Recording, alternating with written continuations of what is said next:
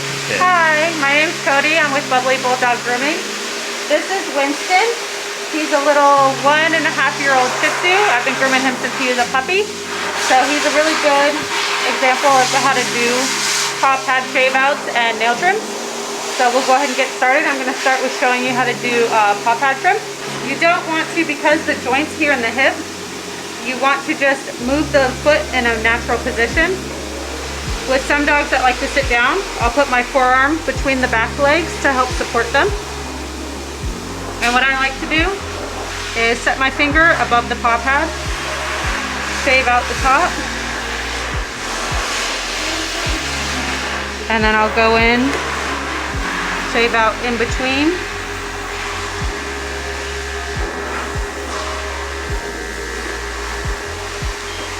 I like to brush up the hairs between the toes and then start from the nail bed and just go up towards the rest of the paw.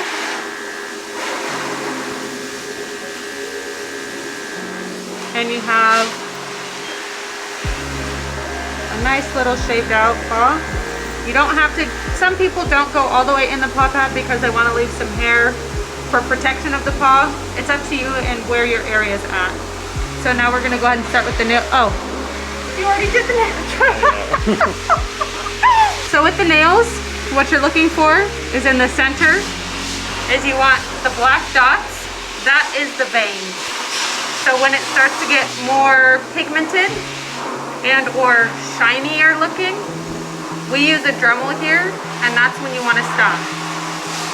So sometimes, if you look at the tip or at the top of the nail, but this is a good example, you can see it looks like the vein is all the way back here, where it is, in this case, it's not. We've already gone all the way to the tip of the vein, because what we tend to forget sometimes is the quick itself will taper at the tip. So what may be visible from the outside of the nail may not be what's going on inside the nail. So we always like to look at the underside, and that's as far as we go. If you go any farther, you can irritate the dog. It can be painful, or you can cause bleeding.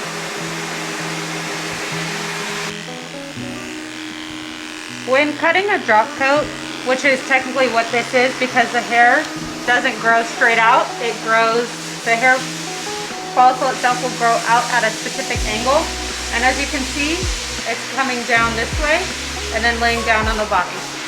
So with this, a lot of times when people first start grooming, they just shave in any direction, whereas with a drop coat, you want to make sure that you shave in the direction of the coat growth, or I'll show you, if you don't, you can get these track marks right here. So that's why it's very important. You want to shave in the direction of the coat growth. You want to be very careful around here and here, because they have these little flaps of skin that can easily be caught in between the teeth of your clipper blade. So always try to go in the direction of the piece of skin instead of going with it, because that's when you can get it stuck in your clipper. If you go over it, you're not going to get it caught.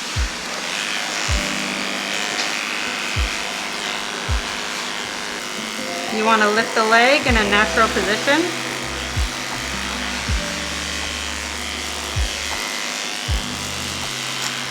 Oh, bless you.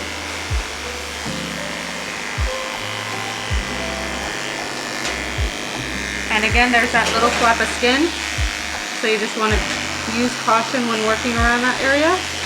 What I like to do is I'll lift them up. It stretches out this piece of skin, so it's less likely of cutting the dog, and then you also get more access to the armpit. And again, you want to go with the direction of the coat. Put the dog back down.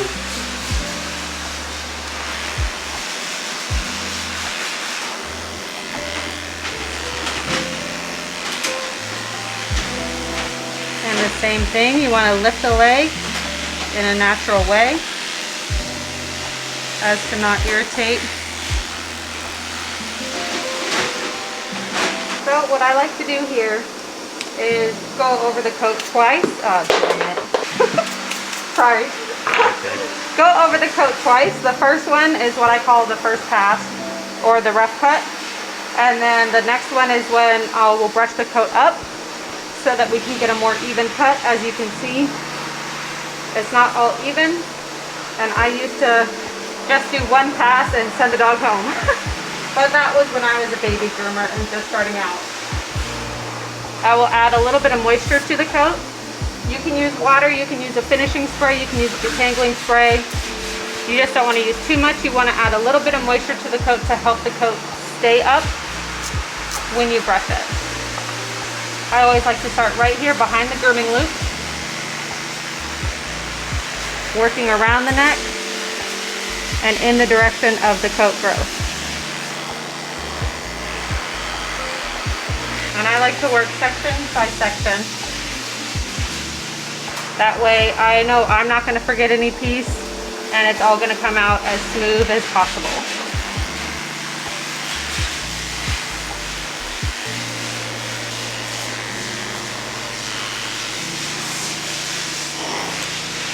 See the difference already? And this is not scissor finishing yet.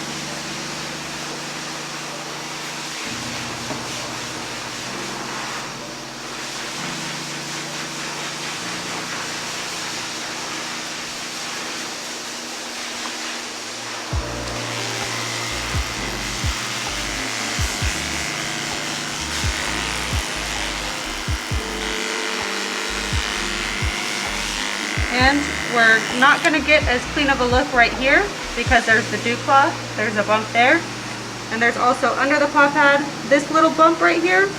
This is called the carpal pad. So I like to scissor finish these areas to get a smooth look instead of going over multiple times and possibly irritating skin.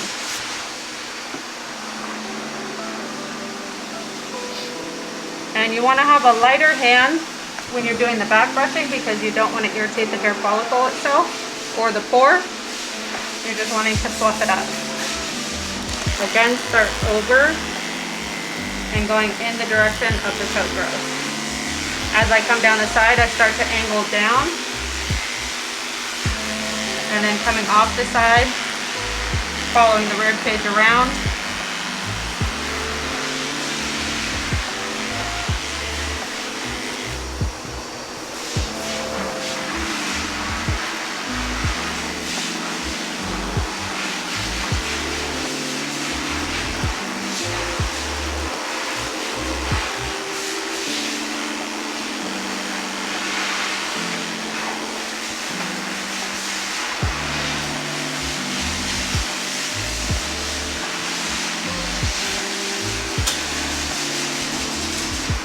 So that's the first two passes.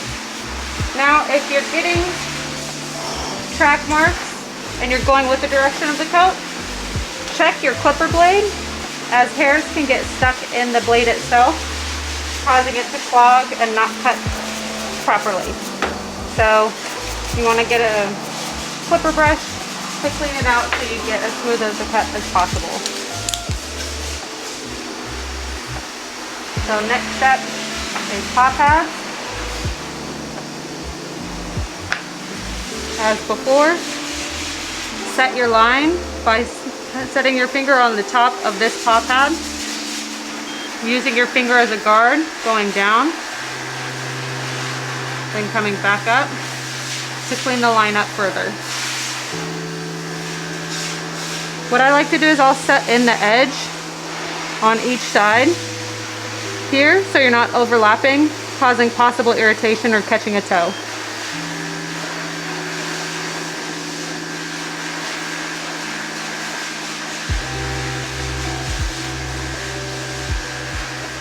You can clean it out further by placing your finger between the two middle digits and pulling the two outer digits apart, exposing more hair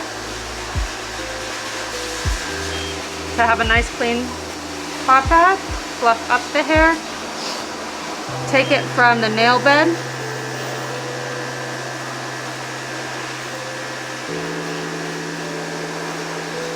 clean up around the paws, This will help cut down your scissor time. And also be a little safer, so you're not having to scissor over paw pads, possibly cutting a paw pad. We'll do the same to the front. This is a little bit more of a challenging angle on the front paw for a right-handed person.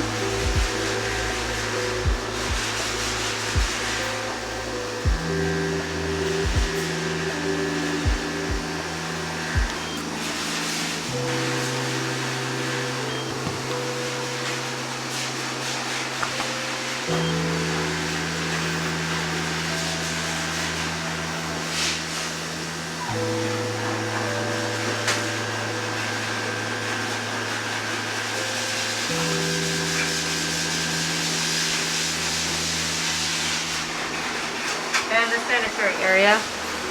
I'll gently lift up the paw, or the, oh my word. I'll gently lift up the leg, trying not to overextend it up above the natural hip joint.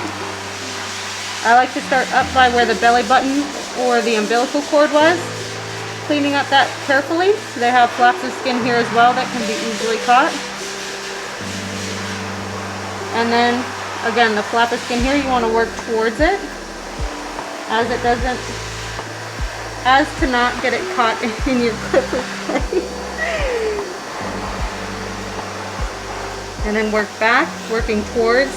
On males, they have their old ball sack area. So you want to work towards that, as that's still a flap of skin and can get caught. Try not to push too hard down or go over too many times, because this is a sensitive area and can easily get irritated.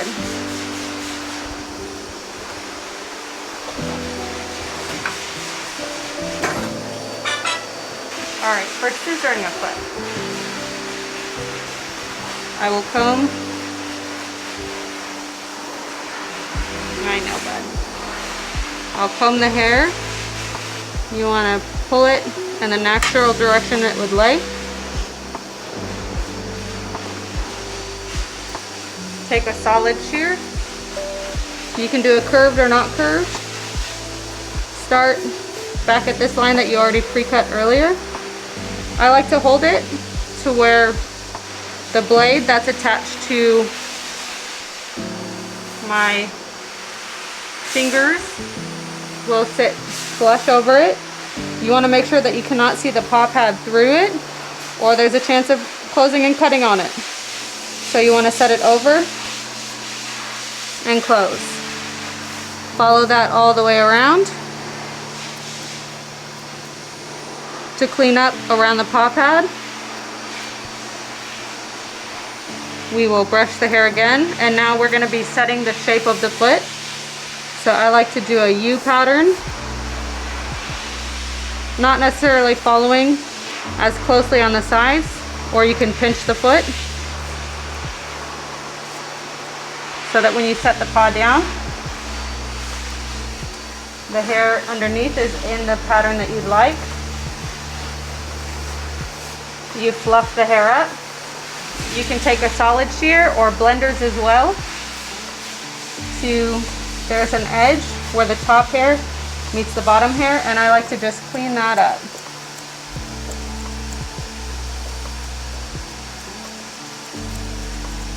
That way it gives a more natural look to the foot, especially with these drop coats. You don't want to cut too much on the top, or you'll create a divot.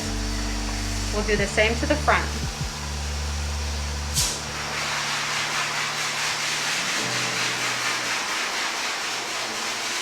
Again, you want to set the scissor to where you cannot see paw pad when you open it.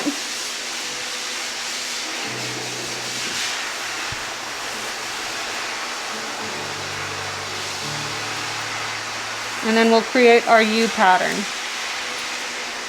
The initial cut is with your scissor parallel to the foot, right against the edge. The second cut for the U is on the side of the foot.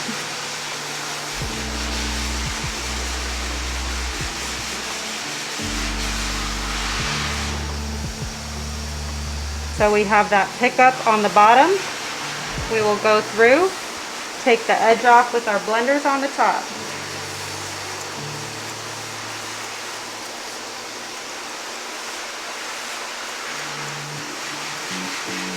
So you have a nice natural looking paw, and you can check your work. If you see it needs to be cleaned up anywhere else, like right here around the nail bed could be a little tidier, you can go back and check your work. So trimming around the carpal pad and the dew claw, you comb everything down and you see all this hair sticking out. You would not get that with clippers no matter how many times you go over it. So check where the carpal pad is. It's all the way right up here. And then you can go in with your blenders reversed to even out the hair so that it's a more even line. For the dew claw, same idea. Comb everything out to the side. Here's that hair sticking out. You want to set your scissor to where point A and point B, you're trying to make a straight line on the foot. You set that line to the length of this hair and this hair, and everything in the middle will be taken off, and that uneven hair caused by the dew claw is cleaned up.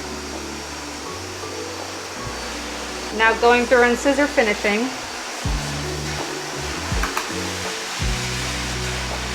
I like to fluff up all the hair, again in sections, and just same idea as with the carpal pad and dew claw, is you're just evening the hair out. So you're just setting the line around the sides and on the side here. Just setting the line to make it more even. Around the hock area, right here on the knee, or I guess that's the ankle. You're not going to get that with clippers, so you can go ahead and scissor finish.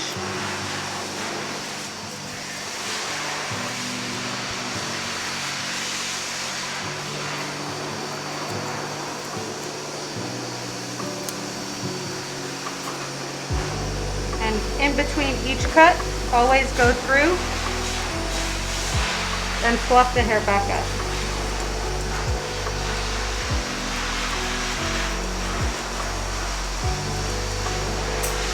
Going over a more flat piece of the body,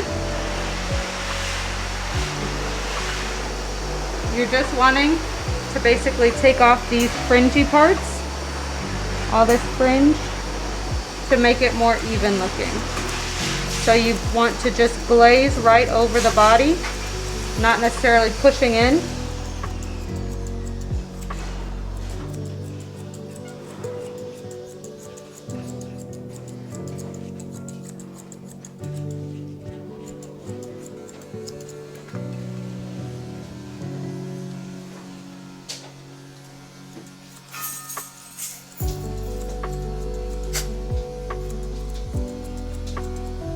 And then you can also, if you do get track marks, you can use this technique to help get rid of them, depending on how severe they are. So you want to set your scissor in the direction of the hair growth and just glaze over the hair. Or it's also called skimming, depending what technique you're using with clippers or with scissors.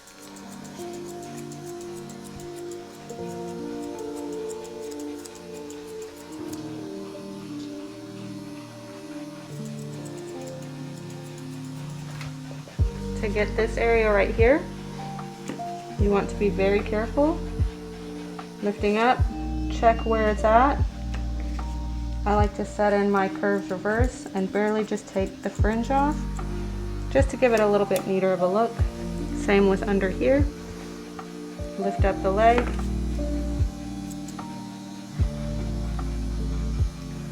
Clean up the underline.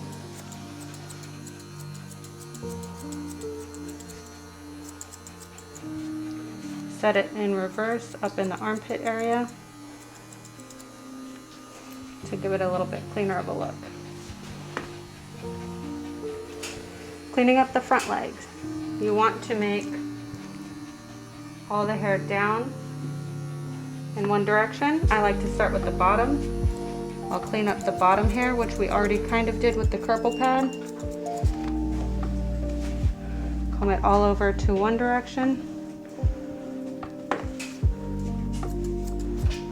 Go straight up, come over to the other direction. Comb everything over. Go straight down. And then with the top, kind of fluff up. And just glaze over the top.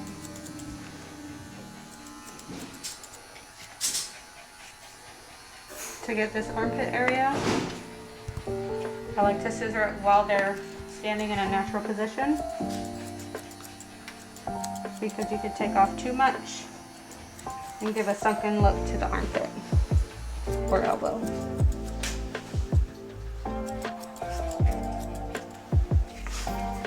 And then you can always scissor while they're standing. Lift up the opposite leg so that they don't lift up the leg you're trying to work on.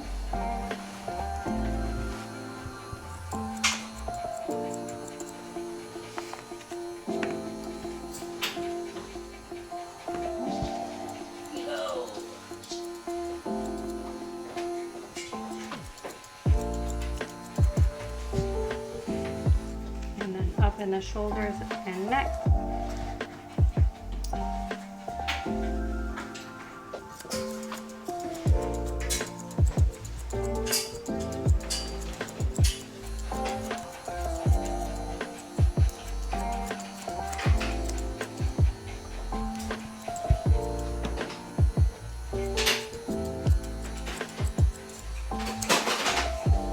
That is one completed side.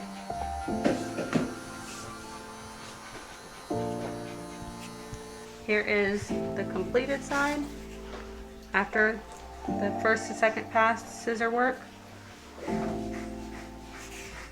And here is the before.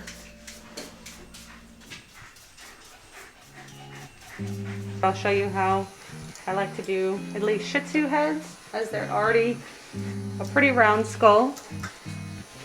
I can do a lot of the prep work with the clipper. So with these guys, I like to come down the center, come down the back of the head, and then I'll start coming off towards the ears. Another part where you may get a cut is if you're coming back like this and you catch the ear leather up here. So I always just go down the center of the head straight back, and then I'll go in the direction of the hair over the ears, fold the ear back to get the side of the head.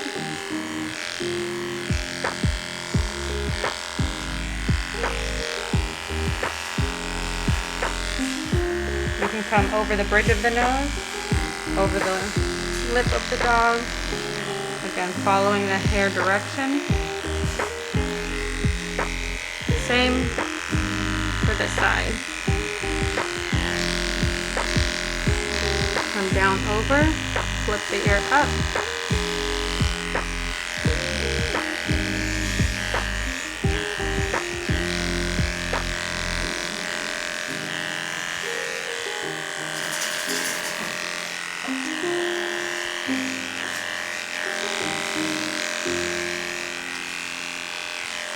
And then these guys get their ears trimmed as well. Here they have some knotting. Depending on your comfortability level, you can get a dematting rake and try to loosen it first. Take your brush to go over it. And luckily, these knots were not as severe or tight to the skin where that took care of it.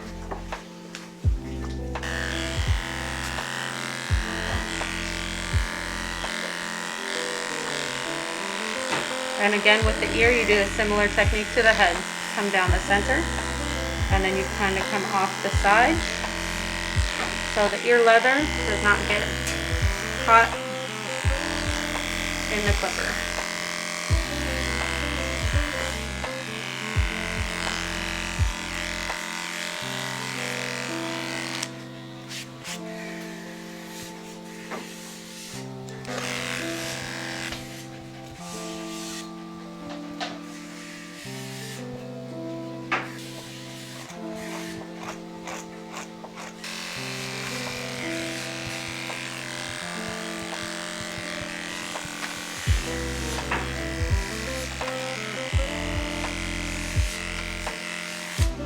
And we do the same thing as the body, the first and second pass.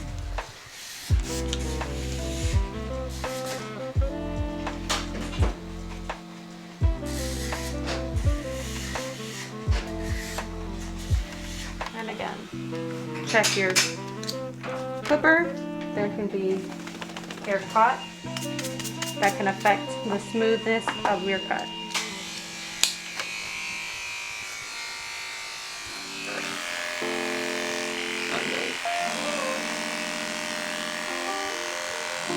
Come down the center, come off the side,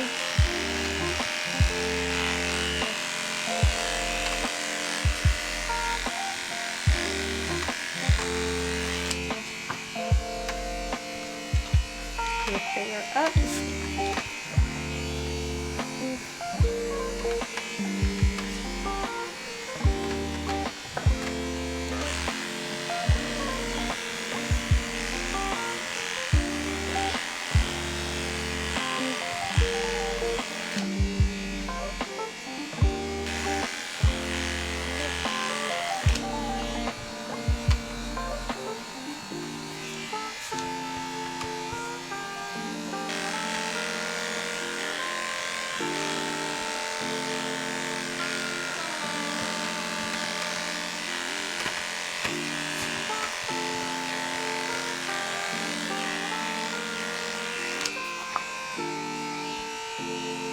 So with Shih Tzus, because they have all this extra skin, sometimes I'll lift up the skin by just pulling the skin back towards the neck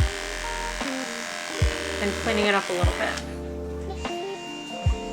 Then I have my smaller clippers that are much quieter and smaller to get in these tighter areas. So depending on the amount of skin that folds over, sometimes I'll just cleanly shave in there while still leaving some hair here on the bridge of the nose, but allowing airflow here in the fold. So first, I'll just clean up the eye pockets. And this you want to set and clean up the tear duct itself. So use the edge to just go and retreat just over the tear duct. And we'll do the same on this side. You just set in. Okay.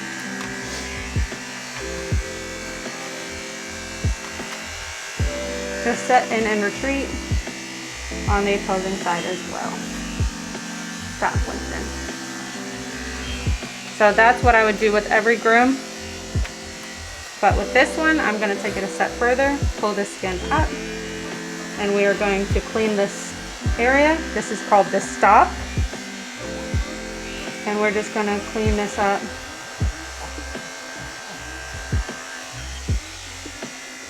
And as you can see, it doesn't affect the brow hair or the bridge of the nose hair. It only cleans up right in there. And if you need to clean up around the eyes any further, you can do so now. Now with these guys, since they lick a lot, they get a lot of stuff stuck in these lip hairs right here, so I like to completely shave below the nose to the bottom lip, and it gives a cuter teddy bear look to them as well. So with this, in this area, you'll feel the jaw bones, and then you'll feel a muscle right here. That is their tongue muscle. I like to push in front of it so that they do not lick while I'm doing it.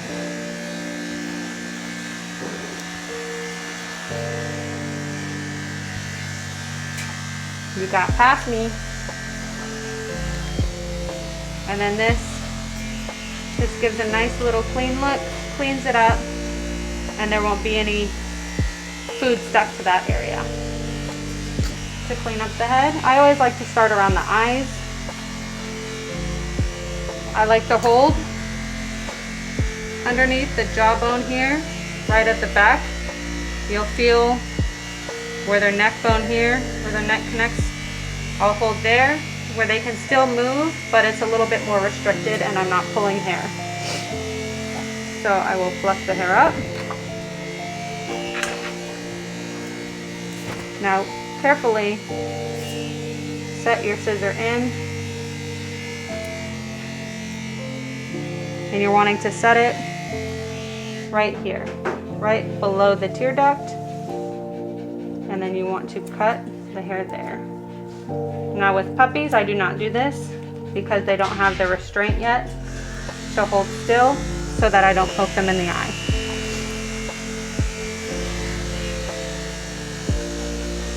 And then I like to go in and clean up that line to soften it with my blender so it looks a little bit more natural and not so harsh. Again, you can lift up the brow hair to clean it up.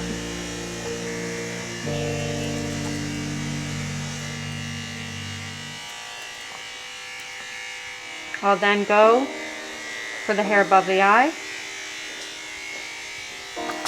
And I like to set it in right here at the lash line.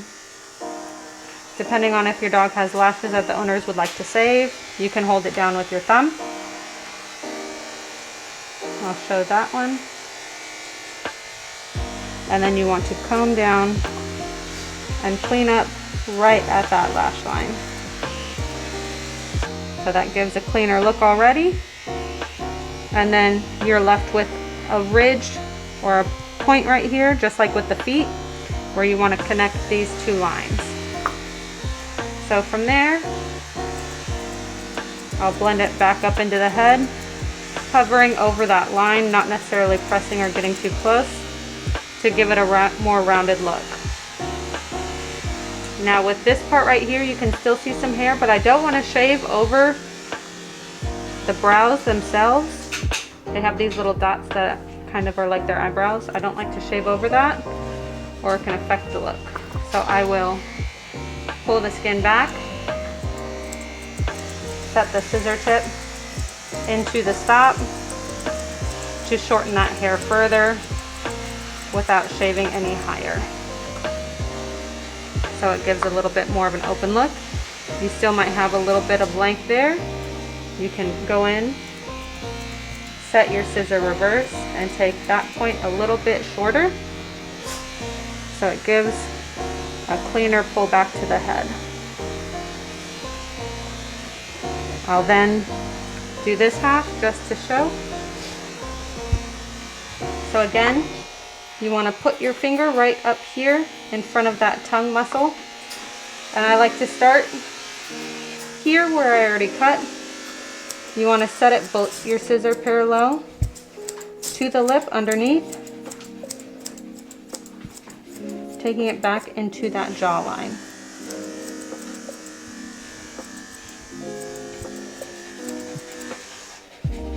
And then with these hairs, you want to pull it forward to blend it in so it's not such a harsh look. And then how we did the leg, you want to just smooth it all out.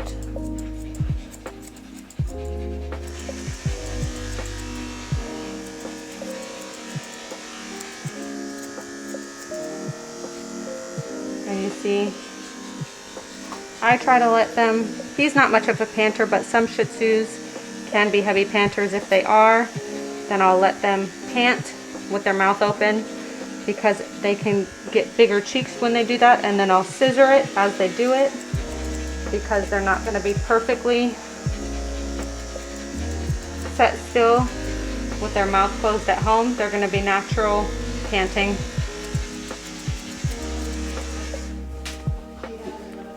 And that's the before scissor and after. Now I'm just going to go ahead and match this side as well. So again, find the lashes if they have it, hold them down if the owners decide to keep them. And again, set your curves in reverse. Clean up just that lash line. Comb it down. Blend it into the head.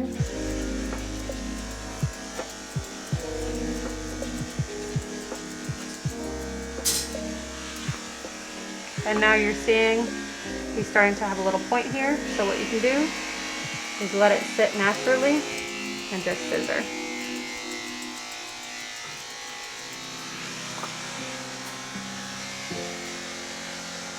I like to use this half moon around the face because it gets shorter, so I can go into the fine areas without worrying about poking an eye. You want to fluff up, smooth out the top. Again, be careful around the ears.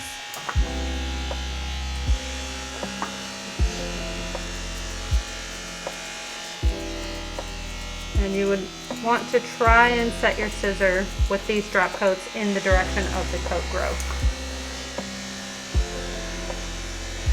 We'll do that lip.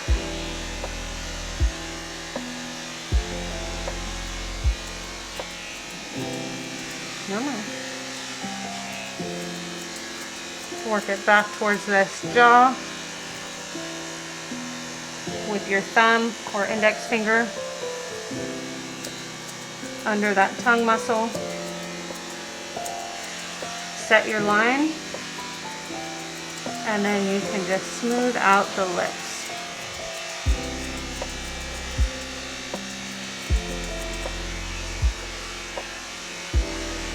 Pull this hair forward so that it blends in. And this is when you want to start trying to match sides. This one's a little tighter, neater, so we'll just take a smidge more off.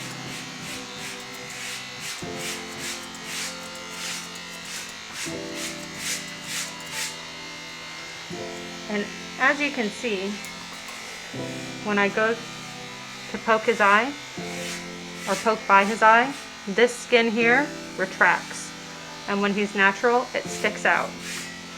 You go in towards the eye, he sucks it in. When he relaxes, it relaxes back out. So what I'll do is I'll set my finger right under his eye socket to push that skin so that we can smooth it out even if he sucks his little skin back in. So now to get the chin hair, depending on how cooperative they are, you can set your hand underneath, scissor there. Always set the scissor underneath so that if he sticks his tongue out, he will not get cut.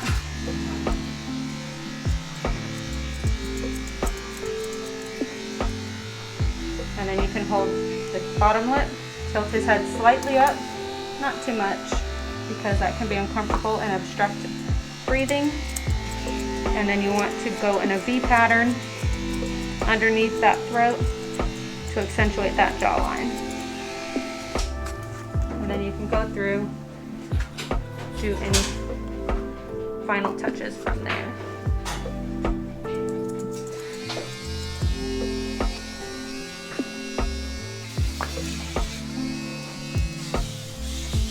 So for beginners, you want to find the ear leather. So the ear leather is all the way up here. I do not want to bring it all the way up there because you can give the face a too short look. So what I'll do is see how you can see through these hairs right here, and then it gets denser right up here. I usually start to cut where it gets dense. That way you leave a little bit of fringe on the side of the ear, and you're not taking it all the way to the ear leather, possibly causing an injury. I like to take the bottom a little shorter than the sides to give a more rounded look to the ear. Again, find your ear leather. His is all the way up here. You can either hold your thumb there to make sure, or you can eyeball it.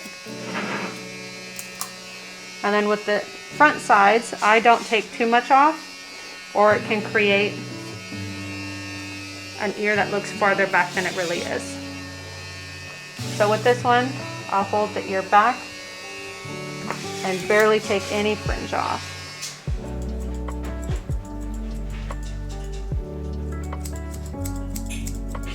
And then round it into the bottom.